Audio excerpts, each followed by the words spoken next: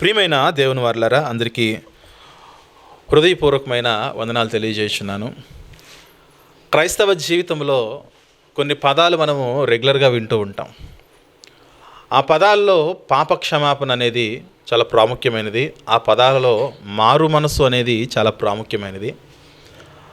ఆ పదాలలో విశ్వాసం అనేది చాలా ప్రాముఖ్యమైనది.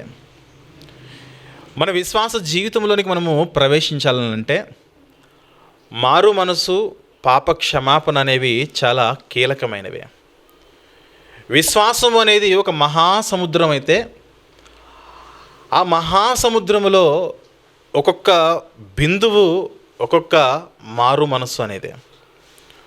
మహాసముద్రములో ఒక చుక్క వంటిది మారు మనస్సు. ప్రియమైన దేవుని వారలారా, ఎందుకంటే మన మనస్సును మార్చుకోవాల్సింది ఏదో ఒక విషయంలో కాదు, కానీ మనలో ఏ లోపాలైతే ఉన్నాయో, ఏ వంకర మార్గములైతే ఉన్నాయో, ఏ ఎత్తులైతే ఉన్నాయో, ఏ పల్లములైతే ఉన్నాయో, ఏ మార్గములైతే మనలో సరిగ్గా లేవో, ప్రతి ఎత్తును, ప్రతి పల్లమును, ప్రతి మెట్టను మనము చదును చేసుకుని మన జీవితాన్ని, విశ్వాస జీవితంలో క్రమముగా ఉండవలసిన జీవితాలే మనమే ప్రేమని దేవుని వారలారా. విశ్వాసం అనేది మన కన్ను అనుకుంటే, ఆ కంటిలో నుంచి వచ్చే ప్రతి కన్నీటి చుక్క అనేది మారు మనసుకు తగిన క్రియలుగా భక్తులు వారు వర్ణించినట్లుగా మనం చూడగలం. ప్రియమైన దేవుని వారలారా, విశ్వాసం అనేది ఒక కన్ను లాంటిది. ఆ కంట్లో నుంచి ఒక్కొక్క చుక్క కన్నీటి బిందువు రాలిపోతూ ఉంటే ఎలాగైతే ఆ యొక్క వ్యర్థము, కంట్లో ఉన్న వ్యర్థాలన్నీ బయటకు వస్తాయో, విశ్వాసంలో ప్రవేశిస్తున్న మనము మన హృదయంలో, మన మనసులో ఉన్న వ్యర్థమైన ఆలోచనలన్నీ కూడా మనము తీసివేసుకుని దేవునిలో పరిపూర్ణంగా మనము ఉండవలసిన వారమే ప్రియమైన దేవుని వల్ల. అందుకే పౌలు భక్తుడు మాట్లాడుతున్న ఒక మాట మనం చూసుకుని మనము వాక్యముల్లో మనము మరింతగా ముందుకు కొనసాగుదాం. ప్రియమైన దేవుని వల్లరా, హెబ్రీయులకు రాసిన పత్రిక 12వ అధ్యాయము, హెబ్రీయులకు రాసిన పత్రిక 12వ అధ్యాయము మొదటి వచనం నుండి మనము చదివినట్లయితే, హెబ్రీ పత్రిక 12వ అధ్యాయము మొదటి వచనం నుండి మనం చూసినట్లయితే,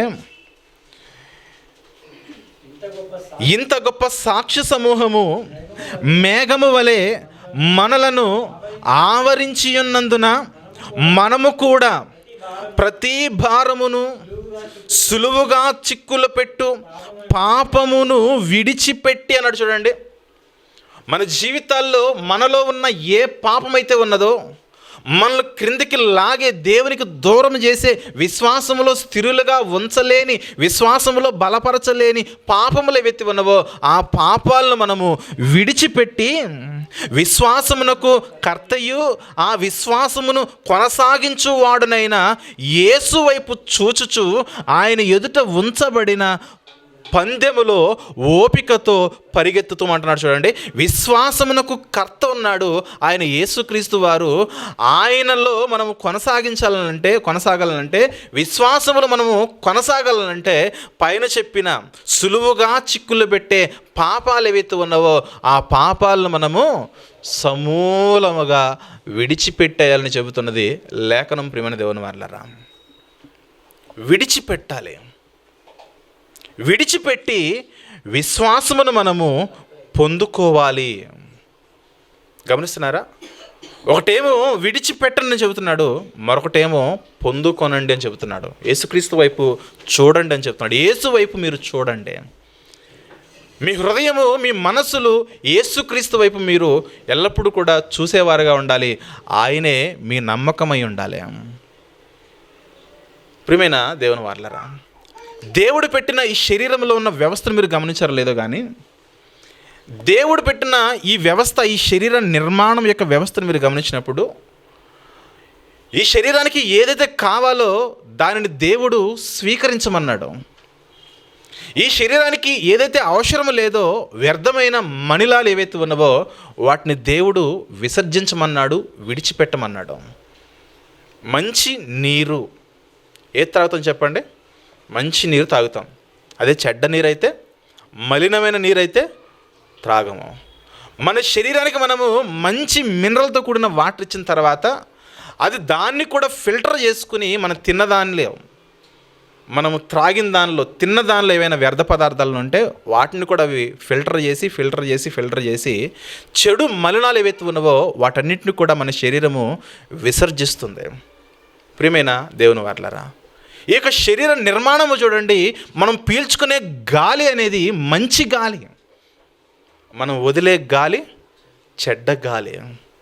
అలాగే విశ్వాస జీవితంలో కూడా మనం విడిచిపెట్టవలసినవి ఎన్నో చెడ్డ లక్షణాలు, చెడ్డ గుణాలు, చెడ్డ ఆశలు, మలినమైనవి, పాపములుగా పిలువబడుతున్నవి, విడిచిపెట్టాల్సినవి ఎన్నో ఉండగా ఈనాటి క్రైస్తవ్యంలో, విశ్వాసములో ఉన్నవారు సైతము వేటినైతే ఖచ్చితంగా 100కు 100% మనం విడిచిపెట్టాలో వాటిని మనము విడిచిపెట్టకుండా విశ్వాసమును మనము అలాగే కొనసాగిస్తే అది అంత మంచిది కాదు. ప్రియమైన దేవుని వారలారా,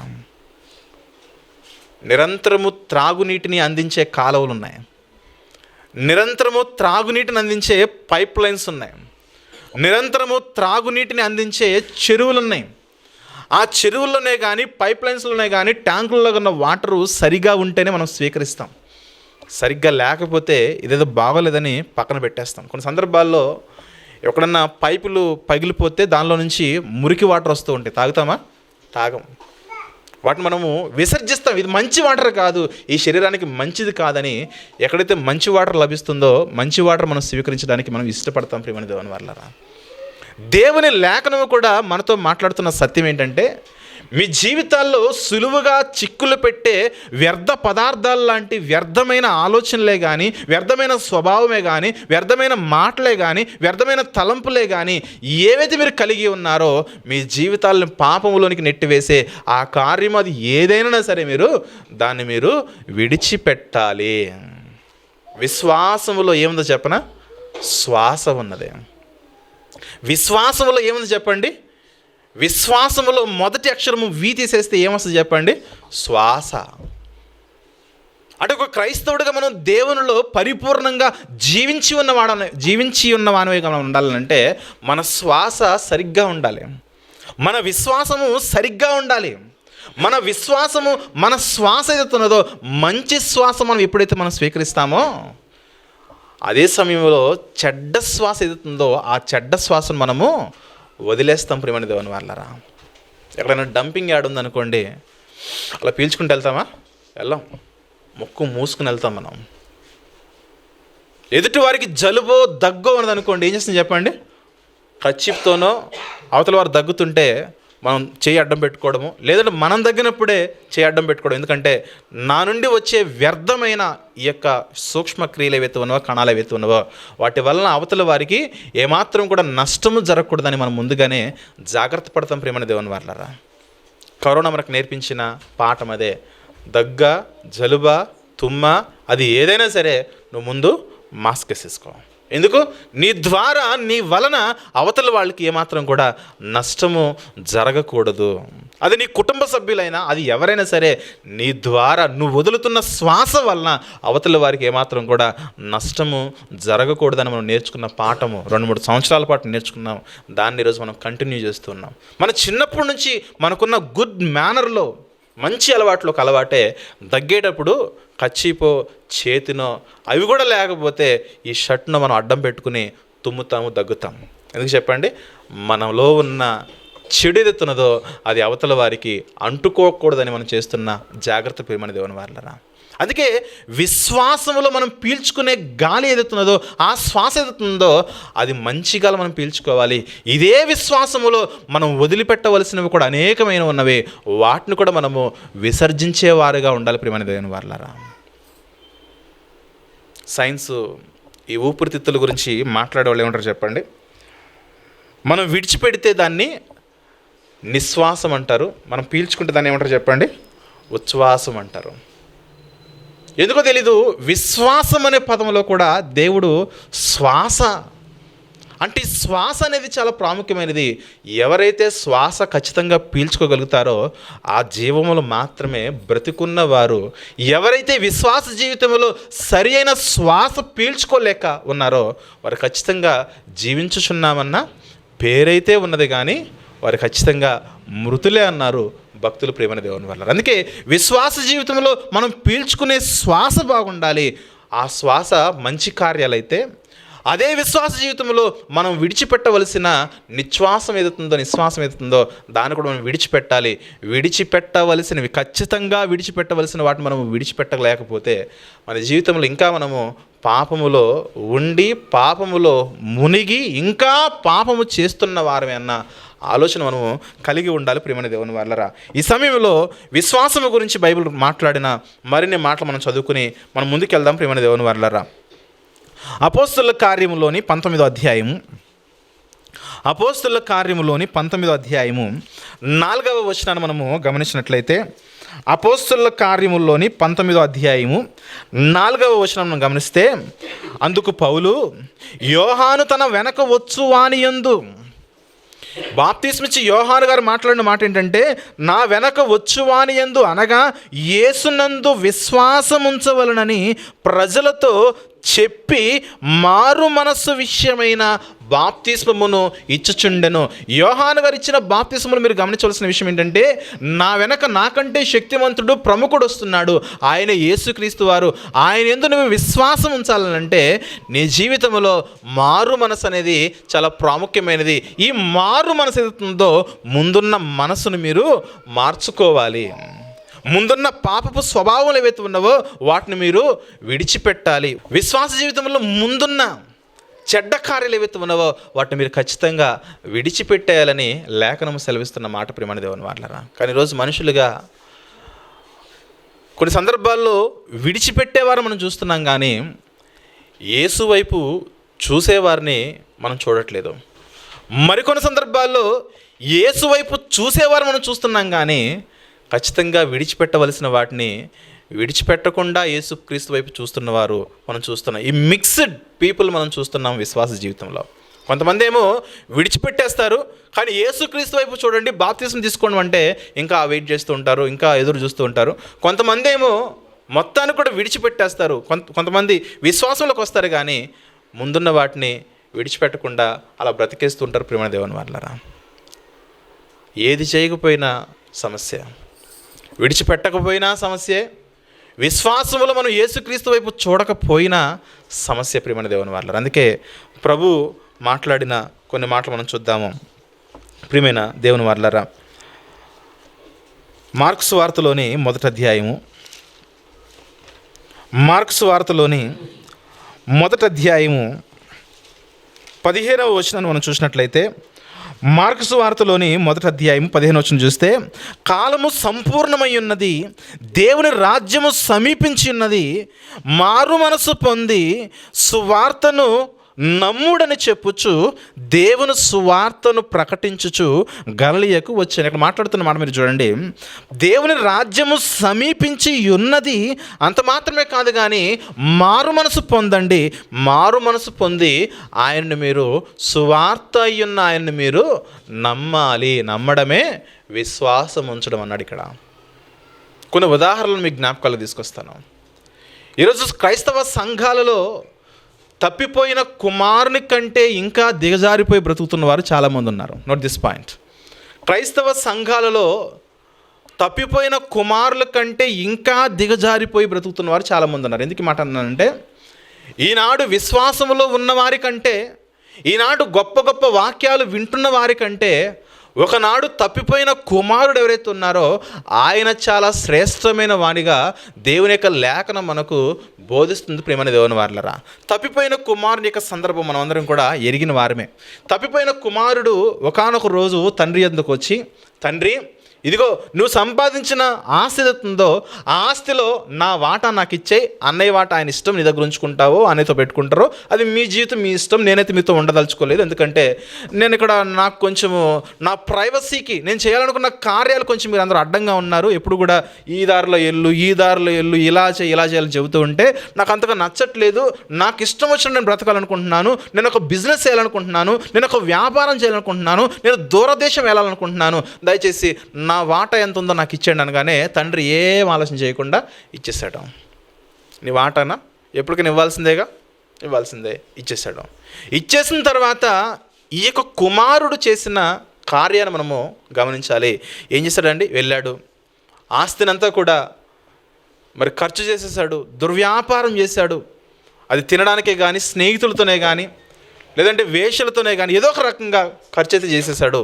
ఖర్చు అంతా చేసిన తర్వాత చేతిలో చిల్లి గవ లేని పరిస్థితులు ఆయన ఉన్నప్పుడు, అయ్యో నేను వచ్చినప్పుడు తండ్రి దగ్గర నుంచి వచ్చినప్పుడు విస్తారమైన ఆస్తితో వచ్చాను, ఈరోజు తినడం తాగడం జల్సాలు చేయడం వల్ల నా దగ్గర ఉన్న ఆస్తంతా పోయింది, చేతిలో చిల్లు గవ్వ కూడా లేదు, కనీసం నా వస్త్రాలు కూడా సరిగ్గా లేని స్థితిలో, తినడానికి కూడా తిండి లేని సమయంలో ఏదైనా ఒక పని చేసుకుందాం అన్న ఆలోచన కలిగి పనులు ఎవరు పెట్టుకుంటారని ఊరంతా తిరిగితే ఎవరు కూడా ఆ వ్యక్తికి పని ఇచ్చినవాడు కారు. ఇంకొకటి ఏంటంటే కొన్ని పనులు కొంతమంది చేయలేరు.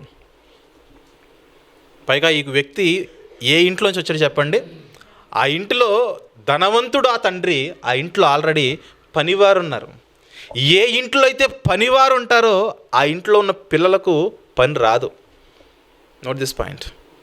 ఏ ఇంట్లో అయితే పనివారు ఎక్కువగా ఉంటారో ఆ ఇంట్లో ఉన్న పిల్లలకు చాలా పనులు వారు సొంతంగా చేసుకోవడం వారికి రాదు. ప్రియమైన దేవుని వారలారా, అలా ఈ తప్పిపోయిన కుమారుడు కూడా ఇంట్లో ఉన్నప్పుడు ఏ రోజు కూడా పని చేసుకున్న జీవితాలు కాదు. ప్రతిరోజు పనివారు చేసుకురావడము, పైన సూపర్వైజింగ్ చేయడమే కానీ, కష్టపడి అది వ్యవసాయ పనే కానీ పొలం పనే కానీ చేసే అంత తత్వం కలిగిన వాడేం కాడు. ఒకవేళ అలాంటి వ్యవసాయం పని మీద చేసేగలిగితే ఇతను ఏ ప్రాంతానికి అయితే వెళ్ళాడు అక్కడ కూడా ఏదో పొలంలోకి వెళ్ళి పని చేసుకుని 4 రాళ్ళు సంపాదించుకొని ఆ పొలము ఫుడ్డు తినే పరిస్థితానికి వచ్చేది. సింపుల్ పని చూద్దాం అనుకున్నాడు, కష్టమైన పనులు నేను చేయలేను అన్నాడు. అడుగుతున్నాడు, ఇదిగో నా దగ్గర ఈ వ్యవసాయ పని ఉంది, ఈ చెట్లు నరికే పని ఉంది, నా దగ్గర ఇంకొక పని ఉంది, మట్టి పని చేస్తావంటే, అయ్యో కష్టమైన పని నేను చేయలేను, ఏదైనా సులువుగా అంటే సులువైన పని ఒకటి దొరికింది. ఆ పని ఏంటి చెప్పిన, ఇదిగో ఇక్కడ మేత ఉంది, ఈ మేత తీసుకెళ్ళి పందులకే. ఇదేదో బాగుంది అనుకున్నాడు. మేత వేయడం ఎంతసేపు చెప్పండి? అక్కడ సంచుల్లో మేత ఉంటుంది, ఆ సంచుల్లో మేత ఒక బేషన్లో తీసుకోవాలి, తీసుకెళ్ళి పందులకి వేయాలి, అంతే, సులువుగా ఉన్నది, చేసేద్దాం అనుకున్నాడు. వెళ్ళాడు. విచిత్రం ఏంటంటే అక్కడ తినడానికి కూడా తిండి దొరకని స్థితిలోనికి వెళ్ళిపోయాడు. ఆకలితో కడుపు మండిపోతుంటే తండ్రి గుర్తొచ్చాడు. నా తండ్రి దగ్గర నాకున్నప్పుడు ఈ ఆకలి లేదే, నా తండ్రి దగ్గర నేను ఉన్నప్పుడు మంచి ప్రశస్తమైన వస్త్రాలు ధరించుకున్నానే, నా తండ్రి దగ్గర నేను ఉన్నప్పుడు ఈ మురికి వాసన నాలో లేదే, ఈ పందుల వాసన నా దగ్గరికి రాలేదే, నా తండ్రి దగ్గర నేను ఉన్నప్పుడు నాకు ఇవేవి లేవు కదని ఆలోచన కలిగి మరలా బుద్ధి తెచ్చుకుని తండ్రి దగ్గరికి వెళ్ళాలనుకున్నాడు. చూద్దాం ఒకసారి లూకాసు వార్తలోని 15వ అధ్యాయంలో ఇక తప్పిపోయిన కుమారుడు విశ్వాస జీవితంలో ఏ విధంగా మనకంటే అతి శ్రేష్టమైన వాడు మనం గమనించుకోవాలి. ప్రియమైన దేవుని వారలారా, అతి శ్రేష్టమైన వాడు మనం గమనించినట్లయితే 17వ వచనం చూస్తే లూకాసు వార్త 15వ అధ్యాయం 11వ వచనం నుండి 32వ వచనం వరకు తప్పిపోయిన కుమారుని యొక్క సందర్భాన్ని యేసుక్రీస్తు వారు మాట్లాడినట్టు మనం చూస్తాం. ప్రియులారా, అందుకే మనం చూద్దాము. 17వ వచనం చూస్తే, అయితే బుద్ధి వచ్చినప్పుడు వాడు, ఈ తప్పిపోయిన ఈ చిన్న కుమారునికి బుద్ధి వచ్చినప్పుడు ఒక ఆలోచన వచ్చింది. ఏంటి ఆలోచన? అసలు నా తండ్రి దగ్గర నాకు ఈ ఆకలి లేదు, ఈ బ్యాడ్ స్మెల్ లేదు, ఈ పందులున్న ఈ దొడ్లో నేను పనివాడిగా ఉండడం ఏంటి? అసలు నా ఇంటి దగ్గరే, నా తండ్రి ఇంటి దగ్గరే అనేక మంది పనివారు ఉన్నారు, వారందరి మీద నేను సూపర్వైజింగ్గా ఒక ధనవంతుని ఇంట్లో ఒక చక్కటి కుమారునిగా అల్లారబుద్ధిగా పెరిగానే, ఏంటి నాకు ఇది దుస్తుందని బుద్ధి వచ్చింది. ఈ కుమారుల్లో మనం ఒకటి గమనించాలి, ఈ కుమారునికి అహంకారం లేదు, ఈగో లేదు. ఈగో ఉన్నవాడు ఎలా ఉంటాడు చెప్పనా? అక్కడ అన్ని మాటలు అనేసి వచ్చేసాను, ఇప్పుడు వెళ్ళి తలదించుకుని ఇలాంటి మాసిపోయిన వస్త్రాలతో బక్క చిక్కిపోయి గడ్డం పెరిగిపోయిన ఇటువంటి స్థితిలో పిచ్చోనిగా వెళితే నన్ను 4 మాటలు అంటారు, నన్ను అనేక మంది అనేక రకంగా నిందిస్తారు. అబ్బో, ఇక వాళ్ళ మాటలు మనం పడలేము, ఆ మాటలు మనం తట్టుకోలేమని చాలామంది ఏం చేస్తారు చెప్పనా? ఏ ప్రాంతాన్ని అయితే వదిలొచ్చారో ఆ ప్రాంతాన్ని మరలా తిరిగి వెళ్ళడానికి ఎవరు కూడా ఇష్టపడరు.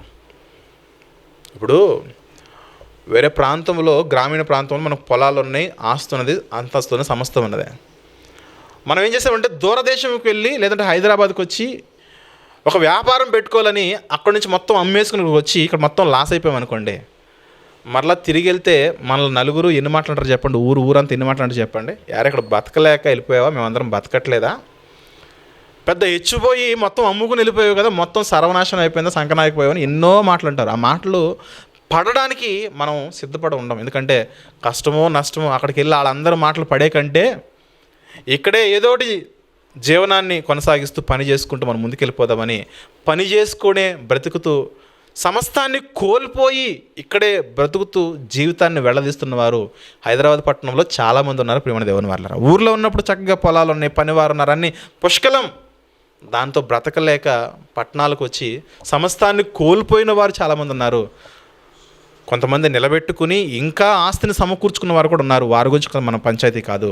సమస్తాన్ని కోల్పోయిన వారి గురించి మనం ఆలోచన చేసినట్లయితే వారు మరలా ఊరెళ్ళి బ్రతకడానికి వారు ఏమాత్రం కూడా ఇష్టపడరు. ఎందుకంటే ఒకప్పుడు బ్రతికిన జీవితం ఏంటి, ఇప్పుడు బ్రతికిన జీవితం ఏంటి. ఒకప్పుడు మనకు సొంత పొలం ఉంది, అనేక మందిని మనం కూలికి పెట్టుకునే వాళ్ళము. ఈరోజు మనం వెళ్ళి వేరొకరి పొలములో పనిచేయడం అంటే ఎంత అవమానం, ఎంత దుఃఖము, ఎంత బాధ. మన మనిషిగా మన ఆలోచన ఈ విధంగా వస్తాయి. ఈ తప్పిపోయిన కుమారుని మీరు చూడండి, అతనిలో ఏమాత్రం కూడా ఇగో లేదు తన తండ్రి చెంతకు వెళ్ళడానికి. ఆ తండ్రి పరలోకముందున తండ్రి అయితే, ఈ చిన్న కుమారుడు ఒక ఘోరమైన పాపి అయితే మరలా తండ్రి చెంతకు చూడడానికి, విశ్వాసంలోనికి రావడానికి ఏమాత్రం కూడా తనలో ఉన్న అహంకారాన్ని అడ్డు రానివ్వడం లేదు ఈ కుమారుడు. అందుకే మనలో చాలామంది కంటే ఈ తప్పిపోయిన కుమారుడు శ్రేష్టమైన వాడు. నాకు ఒక తండ్రి ఉన్నాడు, ఆ తండ్రి చెంతకు నేను వెళ్ళాలని ఒక నిర్ణయాన్ని తీసుకున్నాడు, బుద్ధి తెచ్చుకున్నాడు. బుద్ధి తెచ్చుకుని ఆ బుద్ధి ప్రకారంగా, ఆ జ్ఞానం ప్రకారంగా తనలో ఉన్న ఆ యొక్క అహంకారమును, ఈగోయిస్టిక్ ఫీలింగ్స్ని వదిలిపెట్టి ఆ తండ్రి వద్దకు వెళ్ళడానికి నిర్ణయం తీసుకున్నాడు ప్రియమైన దేవుని వాళ్ళరా. ఇక్కడ మరొక విషయాన్ని చెప్తాను, జ్ఞాపకం చేసుకోనండి. క్రైస్తవులు అన్న వారి రోజు చేస్తున్న భయంకరమైన పరిస్థితి ఏంటో చెప్పనా? దేవుడు సెలవిస్తున్న మాట, మీరు ఎల్లప్పుడూ కూడా అప్పిచ్చే స్థితిలో ఉండాలి. పాత నిబంధన నుండి క్రొత్త నిబంధన వరకు నన్ను నమ్మిన వారు, నన్ను ఆశ్రయించిన వారు, వారికి ఏ కొదువ లేకుండా మీరు ఎల్లప్పుడూ కూడా అప్పిచ్చే స్థితిలో ఉండాలని చెప్పాడు దేవుడు. నా ఆజ్ఞలు ఎవరైతే పాటిస్తారో వారు అప్పిచ్చే స్థితిలో ఉండాలని దేవుడు చెబితే, ఈనాటి క్రైస్తవులు అప్పుల మీద అప్పులు, అప్పుల మీద అప్పులు, అప్పుల మీద అప్పులు చేస్తూ చివరికి ఆ అప్పులు తీర్చడానికి దేవుని సన్నిధిని ఎగ్గొట్టే ప్రయత్నాలు అనేకమైనవి చేస్తున్నారు. అప్పు తీర్చాలంటే ఎక్స్ట్రా డ్యూటీ చేయాలి. ఇప్పుడు ఆదివారం అనగానే అందరికీ సెలవు, ఆదివారము కూడా మనం పనికి వెళ్ళిపోతున్నాం అంటే దానికి అర్థం ఏంటి చెప్పిన? తొందర పెట్టే అప్పులు ఉన్నాయి. కుటుంబాన్ని నడిపించలేని స్తోమత మనం కలిగి ఉన్నాము, అప్పులు కలిగి ఉన్నాం. అందుకే అప్పు తీర్చాలంటే ఆదివారం పని చెప్పినా కూడా మనం పరిగెట్టేయాలి. బాస్ ఆదివారం పిలిచినా మనం పరిగెట్టేయాలి. అప్పులు లేవనుకోండి, మనకున్న దేమేంటి చెప్పినా ఇది కాకపోతే ఇంకోటి. సోమవారం నుంచి శనివారం వరకు ఏదైతే జీవనోపాధి అన్నాడు దేవుడు అదే చేస్తాం. ఈ తప్పిపోయిన కుమారుని మీరు చూడండి, అప్పులతో తిరిగిలారా దేవుని దగ్గరికి. అప్పులతో తన తండ్రి దగ్గరకు తిరిగి రాలేదు. వచ్చాడా? ఎంతైతే తీసుకెళ్ళాడో అంతా వ్యర్థం చేసుకున్నాడు, తిన్నాడు, తాగాడు, ఎంజాయ్ చేశాడు, మొత్తం సర్వనాశనం చేసుకున్నాడు. కానీ అప్పులతో తండ్రి దగ్గరకు రాలేదు ప్రియమైన దేవుని వాళ్ళరా. అప్పు చేయడము పాపమా? ఎస్, పాపమే. లేదండి అవసరానికి తీసుకోవాలి కదంటే, తీసుకునేటప్పుడు నువ్వు మరలా తీర్చగలవా లేదని ఆలోచన చేసి, తీర్చగలిగితే ఎంత సమయంలో నువ్వు తీర్చగలుగుతావో దాన్ని బట్టి నీ కమిట్మెంట్ ఉండి నువ్వు తీర్చేవాడవై ఉండాలి. అది నువ్వు చేయలేని పక్షంలో, దేవుని సన్నిధికి నువ్వు దూరమయ్యే పక్షంలో కనుక నువ్వు ఏ కార్యము చేసినా సరే అది పాపమే అవుతుంది ప్రియమైన దేవుని వాళ్ళరా. చాలామంది వేరే వేరే ప్రాంతాల్లో చేస్తున్న ఒక దేవునికి నచ్చని కార్యం ఏంటో చెప్తాను ప్రియమైన దేవుని వాళ్ళరా. వారి జీవితాల్లో అప్పులు చేసి మరీ మీటింగ్స్ పెడుతూ ఉంటారు. పెద్ద మీటింగ్ చేసామండి ఆ అన్న ద్వారా, ఈ అన్న ద్వారా, ఈ అన్న ద్వారా అంటే, మరి ఏంటి మీకు పొందుకున్న మేలు అంటే, మేళ్ళే ఉన్నాయండి, నాకు అప్పు ఉందంటారు. అప్పు ఎందుకంటే మరి పెద్ద భారీ సెట్టింగ్లు అండి, భారీ స్టేజ్లు అండి, భారీ మీటింగ్ అండి, భారీ పబ్లిసిటీ అండి, అందుకే అప్పు అయిపోయి అంటాడు. అప్పు చేసి మీటింగ్ పెట్టమని దేవుడు ఎక్కడా చెప్పలే. నీ దగ్గర 500 ఉన్నాయా, 500తో మీటింగ్ పెట్టు, ఎవరు వస్తే వాళ్ళకే. 500లో నీకు ఏ సేవకుడు అందుబాటులో ఉంటే ఆ సేవకుడిని వినియోగించుకో. నీ దగ్గర 1000 రూపాయలు ఉన్నాయా, 1000 రూపాయలతో నువ్వు వినియోగించు. అలా కాదండి, మీటింగ్ అంటే ఎలా వేయాలి, వాళ్ళకంటే మనం బాగా చేయాలి, వాళ్ళకంటే బాగా చేయడం కొరకు మీటింగ్ చేయొద్దు. నీ స్తోమత ఏంటి, నీ స్థాయి ఏంటి, నీ సంఘం యొక్క సహకారం ఏంటి, నీ సంఘస్థుల యొక్క పరిస్థితులు ఏంటి? మీటింగ్ 2 రోజులు పెడతావు, 3 రోజులు పెడతావు, అయిపోయిన తర్వాత నీ పరిస్థితి ఏంటి? నువ్వు అనేక మందిని దేవుని చెంతకు చేర్చాలని నువ్వు మీటింగ్ పెడుతున్నావు, తీరా మీటింగ్లో అప్పులైపోవడం వల్ల అప్పులను దూరం చేయడానికి నువ్వు దేవునికి దూరం అయిపోతున్నావు. ఇది రోజు క్రైస్తవ్యంలో జరుగుతున్న వింత ఆచారం ప్రియమైన దేవుని వాళ్ళరా. దేవుడు ఎప్పుడు చెప్పలేదు మీరు అప్పులు చేసి నాకు మీటింగులు పెట్టమని. దేవుడు ఎప్పుడు చెప్పలేదు. కొంతమంది దరిద్రమైన దొంగ సేవకులు చాలామంది ఉన్నారు. వీరనే మాట ఏంటంటే, మన వాటి కొరకు మనం అప్పులు చేసుకోవట్లేదా, దేవుని పరిచర్య కొరకు అప్పులు చేస్తే తప్పేంటి అని మాట్లాడే చాలామంది ఉన్నారు. వాళ్ళందరూ కూడా సొంత స్వార్థముతో మాట్లాడే వాళ్ళే కానీ దేవుడు ఎప్పుడు కూడా అప్పు చేసి మీటింగ్ పెట్టమనలేదు. నీ దగ్గర 500 ఉన్నాయా, 500తో సువార్త చెప్పమన్నాడు. 1000 రూపాయలు ఉన్నాయా, 1000 రూపాయలతో చెప్పు. 10,000 ఉన్నాయా, 10,000తో చెప్పు. నీ స్థాయి ఏంటో ఆ స్థాయిని బట్టి చేయి. కానీ ఎక్కడో ఒక పులిని చూసి నక్క వాతలు పెట్టుకున్నట్లుగా నువ్వు ఆ విధంగా చేయొద్దు. అలాంటి పరిస్థితుల్లోనికి ఏమాత్రం కూడా వెళ్ళొద్దు. ఎందుకంటే ఒక్కసారి కనుక నువ్వు అప్పుల ఊబిలో నువ్వు కూరుకుపోయావా, నేను దూరం అయిపోతాను నీకు, నీవు నా సన్నిధికి దూరం అయిపోతావు. కానీ తప్పిపోయిన కుమారుడు చూడండి, అప్పుతో రాలేదు, ఉన్నదంతా పోగొట్టుకుని నా తండ్రి దగ్గర పనివారు పుష్టిగా ఆహారం తింటున్నారు, వారికి ఏమాత్రము కూడా అన్నము వస్త్రము తక్కువ లేకుండా ఉంది, నేను కూడా నా తండ్రి దగ్గరికి వెళ్ళిపోతాను. నా తండ్రి తన పనివారికి అన్నముని ఇస్తున్నాడు, వస్త్రాలు ఇస్తున్నాడు, నాకు కూడా ఇస్తాడు.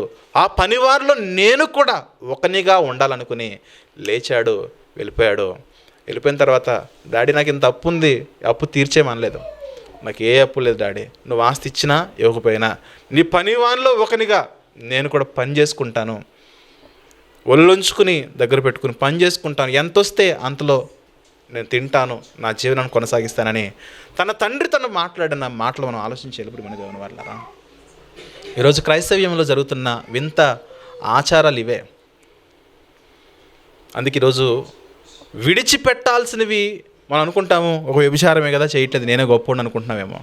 దొంగతనం ఏమైనా చేయట్లేదు, నేనే గొప్పని అనుకుంటున్నావేమో.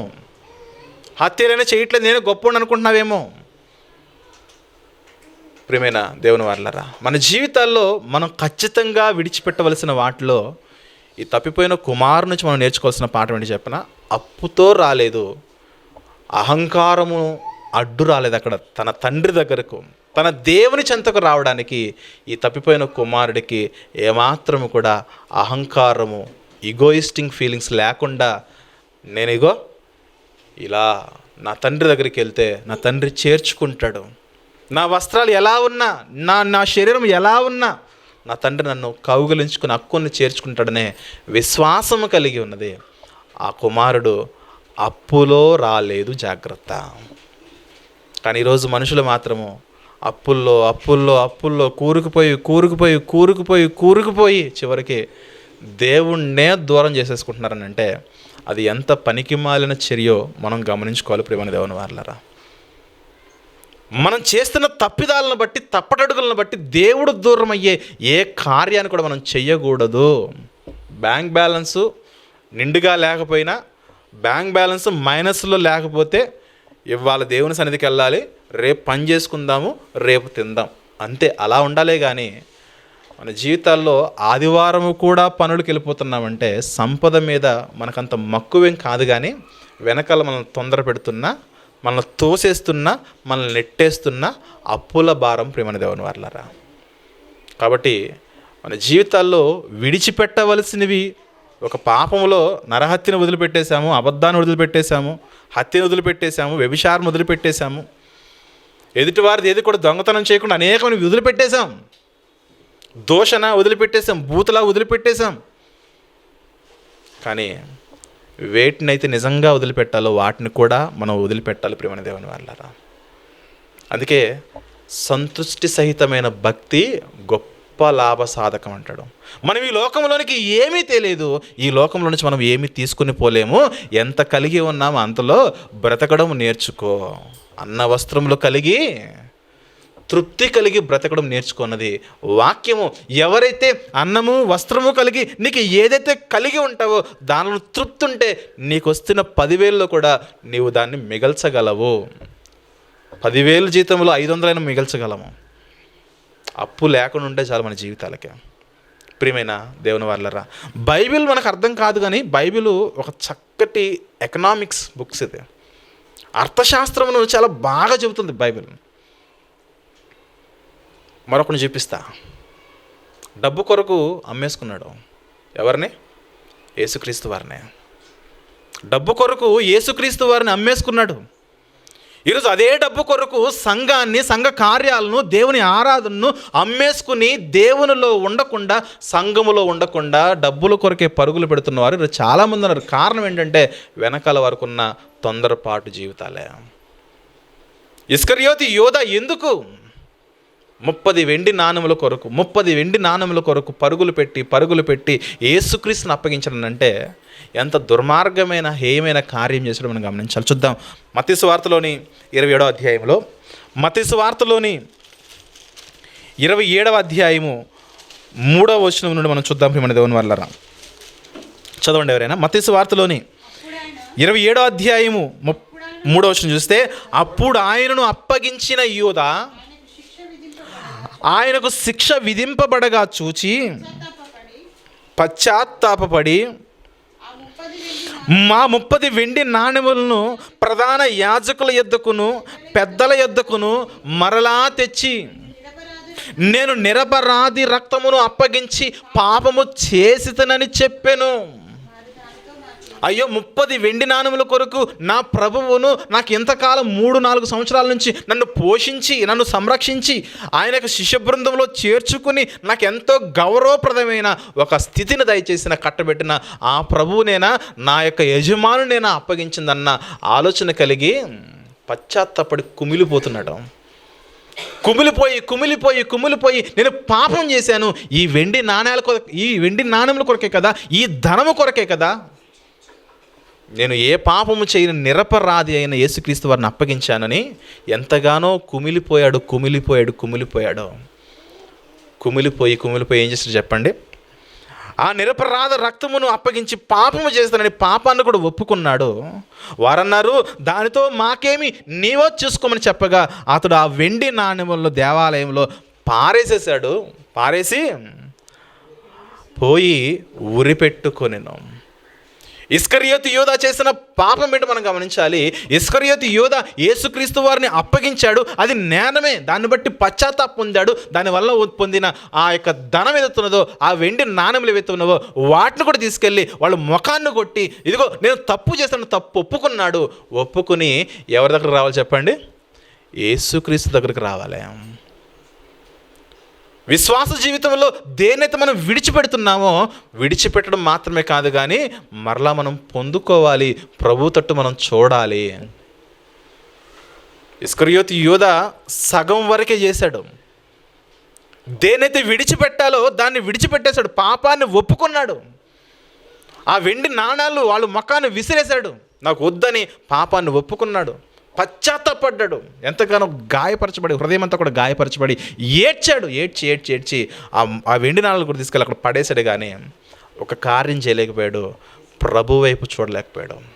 విశ్వాసమునకు కర్తయు దాన్ని కొనసాగించు వాడైన యేసు వైపు నమ్మకం ఉంచలేకపోయాడు. ఎందుకంటే ఎంత ఘోర పాపినైనా ఆయన క్షమిస్తాడు, నన్ను కూడా క్షమిస్తాడన్న ఆలోచన లేకుండానే 3 ఏండ్ల పాటు థియాలజీ కోర్స్ చేశాడు ఇస్కరియోతు యోధ యేసుక్రీస్తు దగ్గర.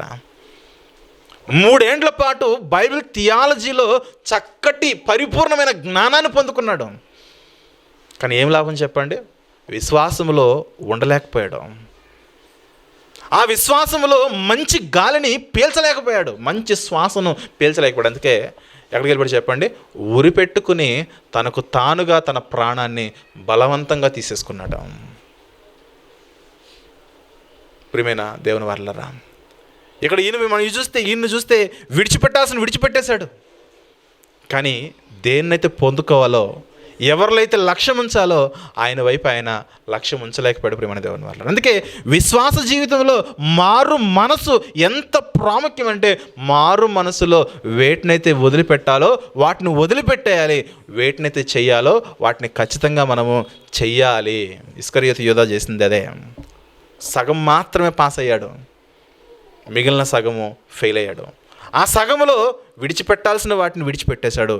నీ ధనము వద్దు, ఇదేమి వద్దని చేసిన పాపాన్ని బట్టి పశ్చాత్తాపడ్డాడు. కానీ ప్రభు వైపు తిరగలేకపోయాడు. ప్రియమైన దేవుని వారలారా, అందుకే మన విశ్వాసంలో ఉండాలంటే మారు మనసు పొందడము, పాపక్షమాపణ కోరడము అంత మాత్రమే కాదు, కానీ యేసు వైపు మనము విశ్వాసం ఉంచడం చాలా ప్రాముఖ్యమైనదే. తప్పిపోయిన కుమారుడు చేసింది అదే. చేసిన తప్పు తెలుసుకున్నాడు, తెలుసుకుని తండ్రి వైపు తిరిగాడు, తండ్రి హక్కున చేర్చుకున్నాడు. ఇస్కరియోతు యూదా చేసినట్టు చెప్పండి, చేసిన తప్పు అయితే తెలుసుకున్నాడు, కానీ తండ్రి చెంతకు, దేవుని చెంతకు, యేసుక్రీస్తు వైపు చూడలేకపోయాడు ప్రియమైన దేవుని వర్లరా. కానీ యేసుక్రీస్తు మాత్రం చూస్తూనే ఉన్నాడు. పోతే పోయాడు, పేడ విరగడైపోయింది అనుకోలే యేసుక్రీస్తు వారు. పోయాడు కదా, మరలా ఎప్పుడు తిరిగి వస్తాడు? నన్ను అమ్మేశాడు కదా, అమ్మేసిన వాడు మరలా నా దగ్గరకు వస్తే అతనికి షేక్ హ్యాండ్ ఇచ్చి కౌగలించుకుని మరలా ఈ తప్పు చెయ్యకు నాయన అని చెప్దామని యేసుక్రీస్తు వారు అతని వైపు చూస్తూ ఉంటే, ఆ యొక్క దారిలో చూస్తూ ఉంటే అందరూ కనబడుతున్నారు, కానీ ఇస్కరియోతు యూదా కనిపించట్లేదు.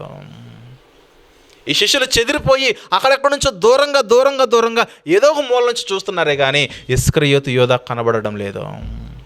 అతను ఏడ్చిన ఏడుపు వినబడింది ప్రభువుకి, అతను ఒప్పుకున్న ఒప్పుకోలు వినబడింది ప్రభువుకి, అతను విసిరేసిన నాణ్యాల చప్పుడు వినబడింది ప్రభువుకి. కానీ ఒక్క మాట, ప్రభువా నీవే నాకు దిక్కని ప్రభు వైపు, తండ్రి వైపు, యేసుక్రీస్తు వైపు చూసి పాపక్షమాపణ కోరలేకపోయాడు ప్రియమైన దేవుని వారలారా. అది మన జీవితాలు మనకు కావాల్సిందే, అది మన జీవితాలు కావాల్సింది. ఇస్కరియోతు యూదా ఎందుకు పనికిమాలిన వాడు, తప్పిపోయిన కుమారుడు ఎందుకు శ్రేష్టమైన వాడు అని అంటే ఇదే ప్రియమైన దేవుని వారలారా. చాలామంది తప్పిపోయిన కుమారుడు అనగా చాలామంది కామెంట్ చేయడానికి, అవహేళన చేయడానికి వాడుకుంటుంటారు. ఎవరైనా వెళ్ళిపోయారు అనుకోండి, తప్పిపోయిన కుమారుడు అని అంటుంటారు. బైబిల్లో ఆ తండ్రి కలిగి ఉన్న ఇద్దరు కుమారులో తప్పిపోయిన కుమారుడే మంచోడు. ఎందుకంటే తప్పు చేసినా తప్పు తెలుసుకుని తిరిగి వచ్చాడు తండ్రి దగ్గరికి. పెద్దోడి పరిస్థితి వేరే, అక్కడే ఉండి తండ్రి మీద ఫైట్ చేస్తూ ఉంటాడు.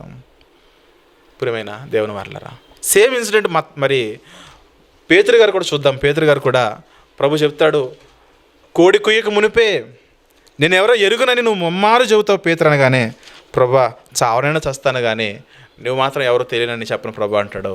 అన్నట్లుగానే కోడి కూస్తుంది, ముమ్మారు నీవంటే ఆయనంటే ఎవరో ఎరుగునని చెబుతాడు. అప్పుడు ఏం జరిగింది చెప్పిన లూకాసు వార్త 22వ అధ్యాయంలో, లూకాసు వార్త 22వ అధ్యాయంలో 59వ వచనంలో, లూకాసు వార్త 22వ అధ్యాయం 59వ వచనం చూస్తే, లూకాసు వార్త 22వ అధ్యాయం 59వ వచనంలో, ఇంచుమించు ఒక గడి అయిన తర్వాత మరియొకడు నిజముగా వీడును అంటే పేతురును అతనితో కూడా ఉండెను, వీడు గలిలయుడని దృఢముగా చెప్పెను. తర్వాత అందుకు పేతురు, ఓయ్ ఓయ్ ఓయ్ ఓయ్ ఆగాగాగాగాగో నేనా, నన్ను ఎప్పుడు చూసావు భయ్ నువ్వు? ఆయన అంటే ఎవరు తెలియదు నాకు. ఒక చిన్నది వస్తుంది, ఇంకొక చిన్నది వస్తుంది, ఇంకొక ఆయన వస్తాడు. నువ్వు గలడీయుడు కావా, నువ్వు ఆయనతో ఉన్నవాడు కావా అంటే ఆయన ఎవరో తెలియదు అని ముమ్మారు అబద్ధం చెప్పేస్తే ఎంతగా గాయపరిచాడు మీరు గమనించాలి యేసుక్రీస్తు వారిని. అంతకాలము పోషించిన దగ్గరకు చేర్చుకుని అపోస్తలుడనే హోదా, బిరుదును, ఒక ఉద్యోగమును కట్టబెట్టిన ఆ ప్రభువును వీరు తెలీదు అంటే ఆయన ఎంత గాయపరచబడతారు మీరు గమనించాలి. ఈరోజు కుటుంబ బంధాల్లో కూడా చిన్నప్పటి నుంచి కనిపించిన తల్లిదండ్రులు అంటే నాకు తెలియదని వారి పట్ల మనం నిర్లక్ష్యంగా ఉంటే తల్లిదండ్రులు ఎంతగా గాయపరచబడతారో, వారి యొక్క బాగోగులు మనం చూసుకోలేని పరిస్థితుల్లో ఉంటే తల్లిదండ్రులు ఎంతగా గాయపరచబడతారో, యేసుక్రీస్తు వారు కూడా అదే విధంగా గాయపరచబడి నా కుమారుడు నా పేతురు నా వైపు తిరుగుతాడేమో అని యేసుక్రీస్తు వారు పేతురు వైపు చూస్తూ ఉన్నాడు కానీ పేతురు మాత్రము అబద్ధాలు ఆడుకుంటూనే పోయాడు. కోడి కూసిన వెంటనే ఏం జరిగింది చెప్పండి.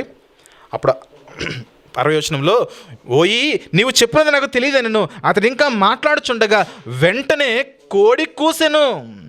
కోడి కూస్తే ఏమవుతుంది చెప్పండి? పోనీ కోడిని కోస్తే ఏమవుతుంది? కోడిని కోస్తే కోడి కూర అవుతుంది, కానీ కోడి కూస్తే ప్రభువు మన వైపు చూస్తాడు. జాగ్రత్త. ప్రతి వేకువజామున కోడి కూస్తుందని అంటే దానికి అర్థం ఏంటి చెప్పనా? దేవుడు మన వైపు చూస్తున్నట్టు. ఎందుకు చెప్పాడు చెప్పనా? మేల్కొలిపే ప్రతి దాన్ని మనము అణచివేస్తూ ఉంటాం, చంపేసుకుని తినేసే జీవితాలు మనవే. ఎవరైనా ఘనముగా మంచి మేల్కొలిపే మాటలు చెప్పారనుకోండి, వారిని అణిచేసే ప్రయత్నాలు చేస్తూ ఉంటారు, వారిని అణగదొక్కే ప్రయత్నాలు చేస్తూ ఉంటారు. కోడే కానీ మన అలారమే కానీ మనం గమనించాలి. నిద్ర లేపుతున్నవి మన అలారమైనా కోడైనా దాని వెనకాల దేవుని కార్యం ఉన్నది. జాగ్రత్త. ఈ కోడే కానీ అలారపు మోతే కానీ దేవుడు ఎందుకు పెట్టాడు చెప్పనా? ప్రభు దేవుడు మన వైపు చూస్తున్నాడు. మనం ఏం చేస్తాం చెప్పనా? గొరక పెట్టుకుని చక్కగా నిద్రపోతున్నాం. ఒక 5-10 నిమిషాలు, ఒక గంట సమయం దేవునిలో గడిపే ఉదయకాల ఆరాధన మనం కలిగి ఉన్నాము. వేకువజాము ఆరాధనలో మనం గడిపే అవకాశము మనం కలిగి ఉన్నాం. కరెక్ట్గా 5 నిమిషాలకి గ్రూప్లో ఆ యొక్క లింక్ వచ్చేస్తుంది. మనం రాలేము. మనలో ఉన్న శరీర బలహీనతలు, నిద్రను మనం జయించలేము. ప్రియమైన దేవుని వారలారా, ప్రభు మాత్రం మన వైపు చూస్తున్నాడు. కోడి కూసిన వెంటనే, ఈరోజు మనకు హైదరాబాద్లో కోడిలు లేవు కాబట్టి కోడి స్థానంలో మనం దేని పెట్టుకున్నాం చెప్పండి? అలారం పెట్టుకున్నాం. ఫోన్లో అలారం పెట్టుకున్నాం. కోడేమో కిచెన్లోకి వెళ్ళిపోయి చికెన్ అయిపోయింది. ఆ కోడి ప్లేస్లో మనకు అలారం ఉంది కాబట్టి అలారము మోగగానే మనకు అర్థం కావాలి, పరలోకమందున దేవుడు యేసుక్రీస్తు వారు మన వైపు చూస్తున్నారు. ఈ కుమారుడు లేచి దినాన్ని ఇచ్చినందుకు స్తుతులు చెల్లిస్తాడా చెల్లించరా అని వారు మన వైపు చూస్తూ ఉంటే మనం మాత్రము బిర్రుగా రాత్రి తిన్నది ఆ మత్తులో ఉండిపోయి లేవలేని స్థితిలో ఉన్నాము. పైగా సంఘాల్లోకి వచ్చి మనం ప్రార్థన చేసే ప్రార్థన చెప్పండి. రాత్రంతా కాపాడావు, వారమంతా కాపాడావు, సంవత్సరం అంతా కాపాడావు, నా భర్త విషయంలో కాపాడావు, భార్య విషయంలో కాపాడావు, నా విషయంలో కాపాడావు, పిల్లల విషయంలో కాపాడావు. ఏది సంవత్సరానికి ఒకసారి స్తుతి కూడిక పెట్టుకుంటే సరిపోదు. దేవుడు ప్రతిరోజు ఇస్తున్నాడు కాబట్టి ప్రతిరోజుని బట్టి నువ్వు దేవుణ్ణి స్తుతించాలి. ఇక్కడ పేతురు జీవితంలో జరిగింది అదే అని మాట్లాడుతున్నమాట. అప్పుడు ప్రభువు తిరిగి పేతురు వైపు చూచాను. కోడి కూసిన వెంటనే ఎవరు చూస్తున్నారు చెప్పండి? ఇక్కడ కోడి కూసిన వెంటనే ప్రభువు పేతురు వైపు చూశాడు. ఈరోజు మనల్ని మేలుకొలిపే అలారం మోగిన వెంటనే ఆకాశం నుంచి దేవుడు మన వైపు చూస్తూ ఉంటే మనం మాత్రము ఆ ప్రభు వైపు చూడలేకపోతున్నాం. ఒకానప్పుడు ఇస్కరియోతు యోధా వైపు కూడా యేసుక్రీస్తు వారు తిరిగాడు. ఈ నా కుమారుడు యొక్క చేసిన ఒప్పుకోలు నాకు వినబడింది, పశ్చాత్తాపం నాకు వినబడింది, ఆ నాణాలకు చప్పుడు నాకు వినబడింది, కానీ నా వైపు తిరిగి క్షమాపణ కోరలేదు, నా వైపు తిరిగి చేసిన తప్పును ఒప్పుకోలేదు. ఎక్కడో వాళ్ళ దగ్గరికి ఒప్పుకుంటే ఏం ప్రయోజనం చెప్పండి? నా దగ్గర ఒప్పుకోవాలి కదా. ఎక్కడ ఒప్పుకోవాలో అక్కడే ఒప్పుకోవాలి కదా. ఒప్పుకోకపోవడం వల్ల తన పాపాన్ని కప్పుకున్నాడు ప్రభు దగ్గర. తన సొంత ప్రాణాన్ని తనంతట తానే చచ్చిపోయాడు. కానీ పేతురును చూడండి, ఎప్పుడైతే ప్రభు పేతురు వైపు తిరిగిన తర్వాత 61వ వచనంలో, అప్పుడు ప్రభు తిరిగి పేతురు వైపు చూచిన కనుక పేతురు కోడి కుయ్యక మునుపు నీవు ముమ్మారు నన్ను ఎరుగనందు అని ప్రభువు తనతో చెప్పిన మాట జ్ఞాపకము చేసుకుని వెలపిలకు పోయి సంతాపపడి ఏడ్చెను. అయ్యో ప్రభువా, నిన్న నేను ఎరుగనన్నదే, నిన్న ఎరుగనన్నది జీవపు మాటలు, నిత్య జీవమును అనుగ్రహించే నిన్న ఎరుగనదని కుమిలి ఏడిస్తే పేతురు గారు ఆ ఏడుపులో క్షమాపణ కోరితే పేతురు అంగీకరించబడ్డాడు. ఈరోజు అపోస్తలులో ఘనమైన అగ్రగణ్యుడిగా, ఒక గొప్ప అపోస్తలుడిగా పేతురు గారి యొక్క పాత్ర సంఘము యొక్క ప్రారంభ మొట్టమొదటి సందేశము ఆయనదే. ఎంత గొప్ప సేవకుడైతే సంఘము ఓపెనింగ్లో ఆయనతో మెసేజ్ చెప్పిస్తారు చెప్పండి. ఇప్పుడు ఎవరైనా చర్చ్ కట్టుకున్నారనుకోండి, రెగ్యులర్గా మనమే చెప్తామా? చెప్పడం చెప్తాడా? ఎవరైనా ఒక సీనియర్ స్పీకర్ కానీ, ఎవరైనా ఒక సామర్థ్యం కలిగిన పెద్ద స్పీకర్లు ఉంటే, వయసులో అనుభవాలు ఉంటే వాళ్ళని తెప్పించుకుంటారు.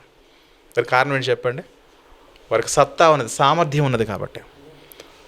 ఈ సార్వత్రిక సంఘం యొక్క ఓపెనింగ్ డే పేతురు వాక్యం చెప్తే 3000 మంది బాప్తిజం తీసుకున్నారు వాక్యం వినే.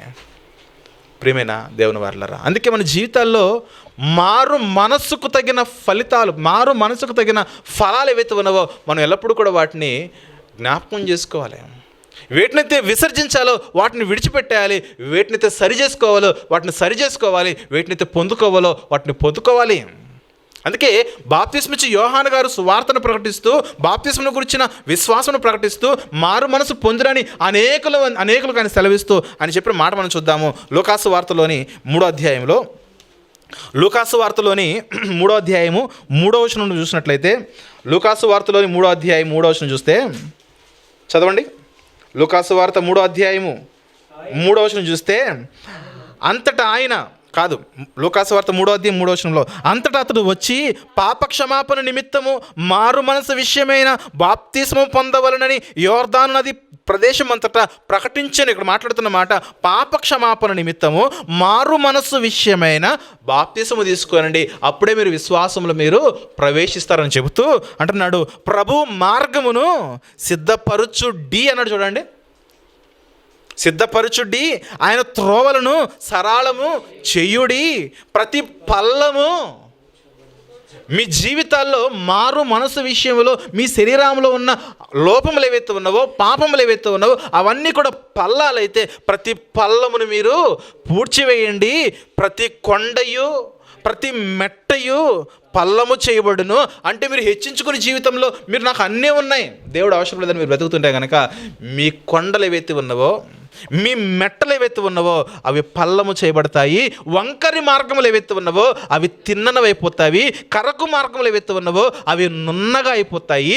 సకల శరీరులు దేవుని రక్షణను చూడాలి. మీ జీవితంలో మారు మనసు పొందిన వారులారా అన్నిట్లో మార్పు చెందండి. 10 ఆజ్ఞల్లో మార్పు చెంది మిగిలిన ఆజ్ఞల్లో మార్పు చెందకపోతే మీ జీవితాలు నాశనం అయిపోతే జాగ్రత్త.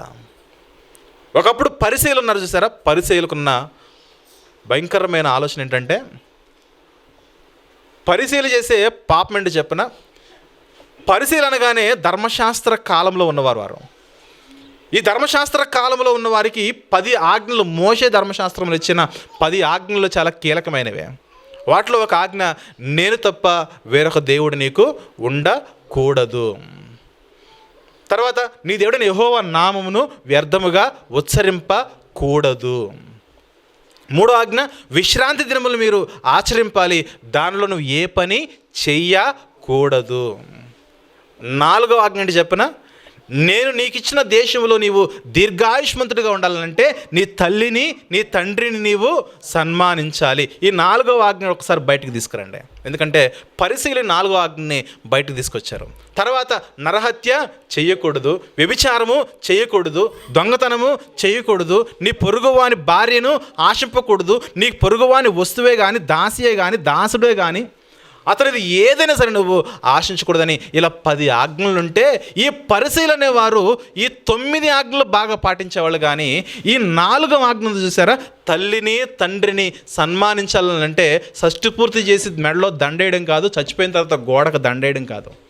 ఈ పరిశీలన చేశారంటే, నా తల్లికి నా వల్ల ఏదైతే ఇవ్వాలో, నా తండ్రికి నా వల్ల నేను ఏదైతే ఇవ్వాలో అది నేను నా తల్లికి ఇవ్వను, నా తండ్రికి ఇవ్వను, కానీ దేవునికి ఇచ్చేస్తామన్నారట. పరిశీలన బోధ అదే.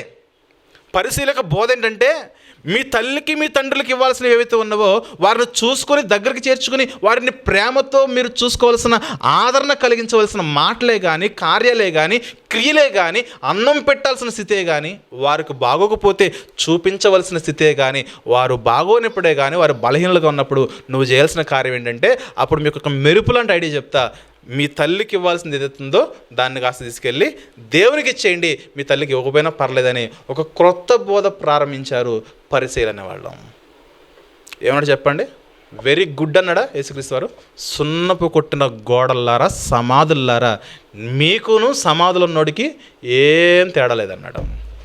అంటే తల్లిని తండ్రిని ఎవరైతే నిర్లక్ష్యం చేస్తున్నారో, తల్లిని తండ్రిని తమతో పాటు తమ ఇంటిలో ఉంచుకోకుండా ఉంటున్నారో వారికి యేసుక్రీస్తు చెప్పిన మాట కరెక్ట్గా సెట్ అయిపోతుంది. చూద్దాం ఒకసారి. మార్క్స్ వార్తలోని 8వ అధ్యాయము, మార్క్స్ వార్తలోని 7వ అధ్యాయము 8వ వచనం చూద్దాం ప్రియమైన దేవుని వారలారా. మార్క్స్ వార్తలోని 7వ అధ్యాయం 8వ వచనం చూస్తే, మీరు దేవుని ఆజ్ఞను విడిచిపెట్టి,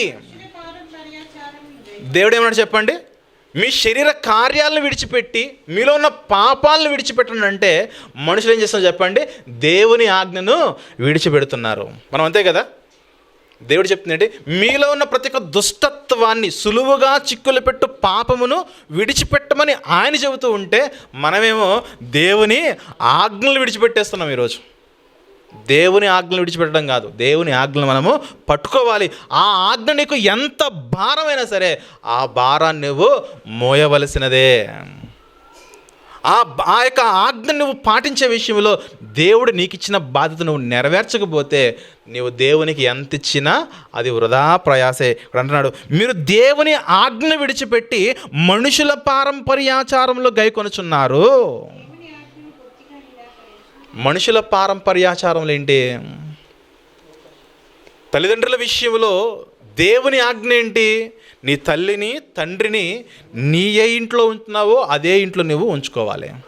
అదే ఇంట్లో ఉంటుకుని వాళ్ళు నువ్వు కంటికి రెప్పలా కాచి కాపాడుకోవాలి. ఎందుకంటే నీకు ఏమంటారు, నీకు సామర్థ్యం లేనప్పుడు, నీకు శక్తి లేనప్పుడు, నువ్వు చిన్నవాడిగా ఉన్నప్పుడు, నువ్వు బాలుడిగా ఉన్నప్పుడు, నువ్వు అనేకమైన సందర్భాల్లో నువ్వు తప్పు చేసిన, తప్పుడు మాటలు మాట్లాడిన, వీధిలో గొడవలు ఇంట్లోకి తీసుకొచ్చిన, నా కొడుకే నా కొడుకే నా కొడుకే, అనేకమైన సందర్భాల్లో నువ్వు పడిపోతూ ఉంటే నువ్వు పడిపోకుండా తల్లి ఎంత గొప్పదో చెప్పినా, 3వ నెల పిల్లోడు పక్కకు జరగడం ఒకడు ఉంటాడు. 3 దాటిన తర్వాత బోర్లా పడి కొంచెం అటు ఇటు తిరిగే ప్రయత్నం చేస్తారు. తల్లికున్న గుడ్డి ప్రేమ ఏంటంటే చెప్పినా, ఆడు కదలడం తెలుసు, ఎక్కడేస్తే అక్కడ ఉంటాడని తెలుసు. ఏం చేస్తారు చెప్పండి? తల్లిలో చుట్టూ కాంపౌండ్ వాళ్ళు నిర్మిస్తారు. బెడ్ మీద పిల్లోస్ పెట్టేసి చుట్టూ కాంపౌండ్ వాళ్ళు కట్టేస్తారు, ప్రహరీ కూడా. మామూలుగానే కదలడు, అయినా సరే అలా కడుతూనే ఉంటారు. అది ఎప్పటి వరకు చెప్పినా, వాళ్ళు 5 ఏండ్లు వచ్చినా సరే, మనం ముందు లేచినా ఒకవేళ వాళ్ళు పడుకుంటే వాళ్ళు ఏ పక్కకైతే వచ్చి పడుకున్నారో ఆ పక్కన ఏం పెడతారు చెప్పండి? పిల్లో పెడతారు. ఎందుకు చెప్పినా, పొరపాటున మంచం మీద పడిపోతే, పొరపాటున వారు దొల్లి పడిపోతే నష్టము. అందుకే అంతగా కంటికి రెప్పలా మనల్ని కాపాడుకుంటేనే ఈరోజు మనం ఉన్నామన్న ఆలోచన మనం కలిగి ఉండాలి.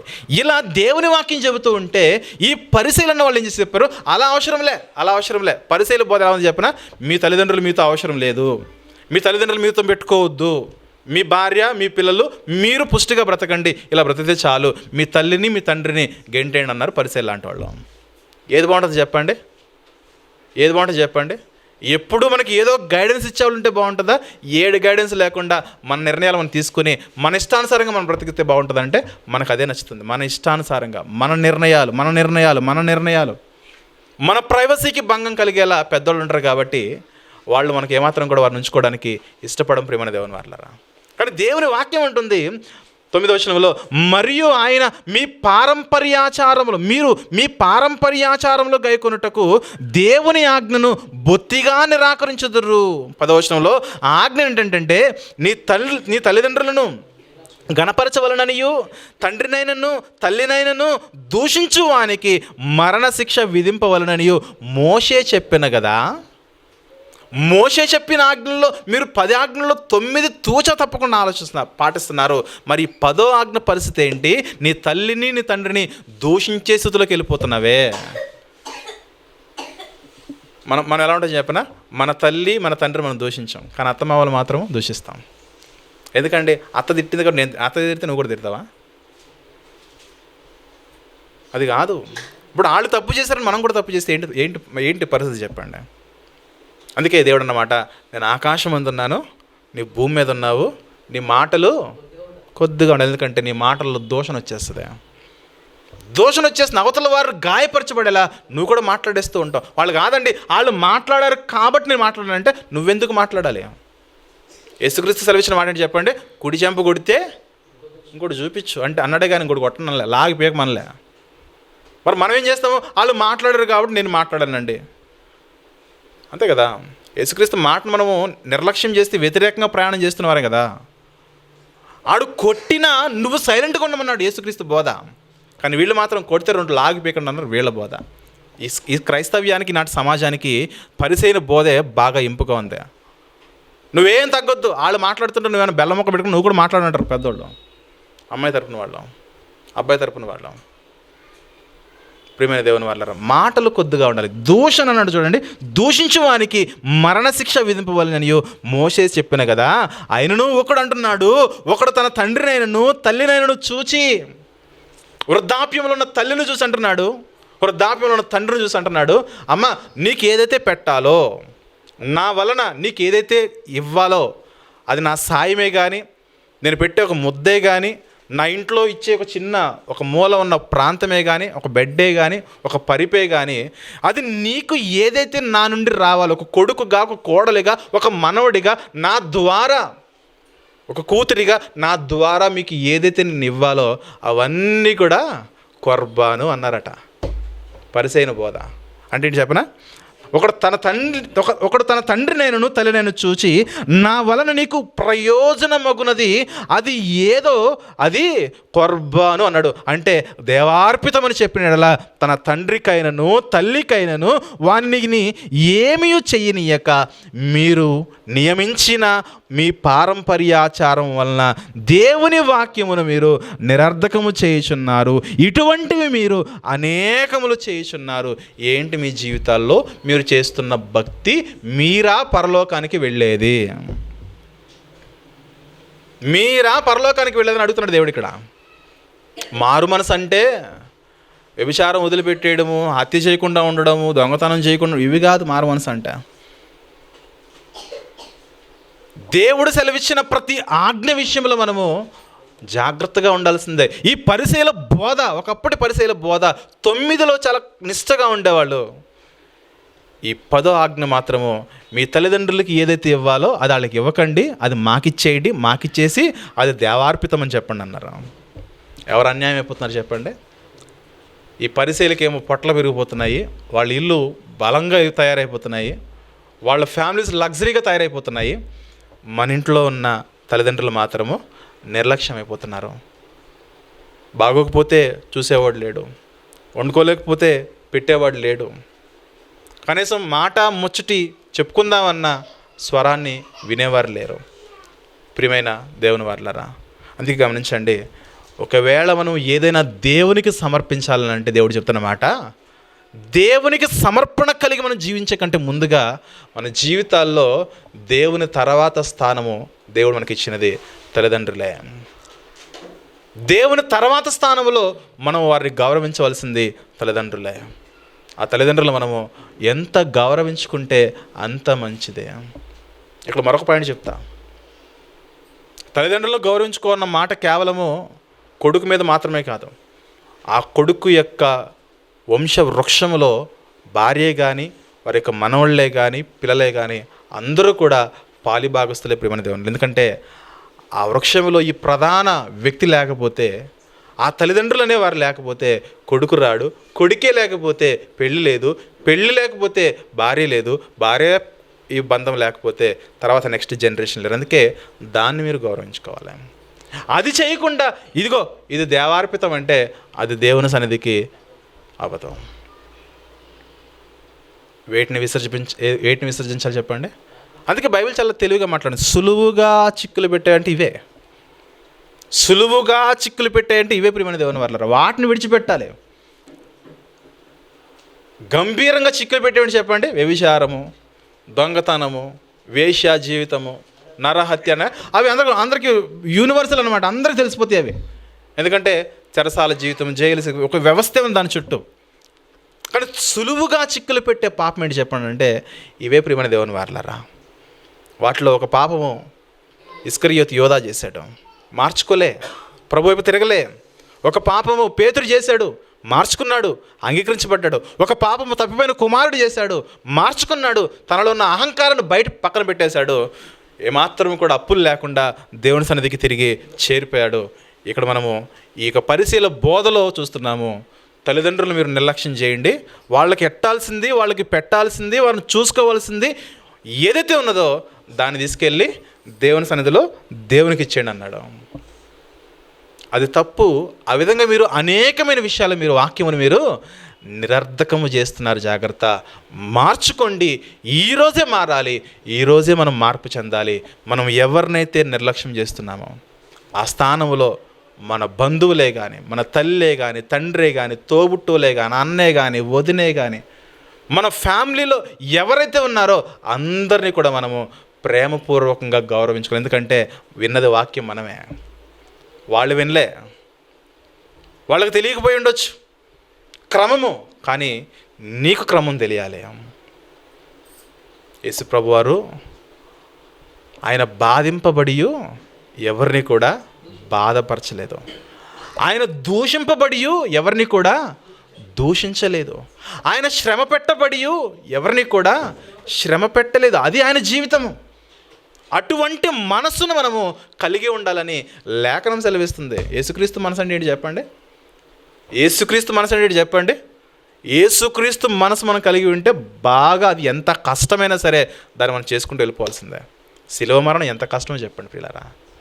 బతుకున్నోడికి మేకులు కొట్టేసి ఏలాడదీసి చంపేయకుండా, ఆన్ ద స్పాట్ చంపేయకుండా అలా అలా చచ్చిపోయేదాకా వెయిట్ చేయడం అంటే ఎంత భయానకమైన పరిస్థితి మీరు గమనించండి. కొన్ని సందర్భాల్లో మనము చీమని ఇలా కొడతాం, అదైనా కొంచెం బ్రతుకుందనుకోండి, మనకు జాలేస్తుంది, అరే మొత్తం చచ్చిపోలేదు, మరలా ఇంకోటేస్తాం. మనకు అర్థమేంటి చెప్పండి? సగం చంపితే మనకు పాపం తగులుతుందని మరలా ఏం చేసి చెప్పండి, మొత్తం చంపేస్తాం. అంటే చీమ విషయంలో ఎంత జాగ్రత్త తీసుకుంటున్నావే, మరి యేసుక్రీస్తు వారు ఎంత బాధ అనుభవించాడు చెప్పండి. గంటల పాటు శిలువ మీద వేలాడుతూ ఎంత శ్రమ నూర్చాడు చెప్పండి. అందుకే పిల్లరా, క్రైస్తవ జీవితం అంటేనే శ్రమను ఒప్పుకొని, శ్రమను అనుభవిస్తూ, ఆ శ్రమలో మన విశ్వాస జీవితాన్ని మనం ముందుకు తీసుకెళ్ళాలి. విశ్వాస జీవితాన్ని మనం ఎప్పుడైతే ముందుకు తీసుకెళ్తామో అప్పుడే కుటుంబ బంధాలు, ఆత్మీయ బంధాలు, ఆర్థిక బంధాలు, శారీరక బంధాలు, మానసిక బంధాలు, అన్ని విషయాల్లో మనము పరిపూర్ణులుగా మనం ఉండగలం. ప్రియమైన దేవుని వారలారా, సులువుగా చిక్కులు పెట్టు పాపం అంటే ఇవే. వీటిని విడిచిపెట్టుకోవాలి. ఇస్కరియోతు యోధ విడిచిపెట్టాడు కానీ ప్రభు దగ్గర రాలేదు. పేతురు విడిచిపెట్టేశాడు, ప్రభు దగ్గరకు వచ్చేసాడు.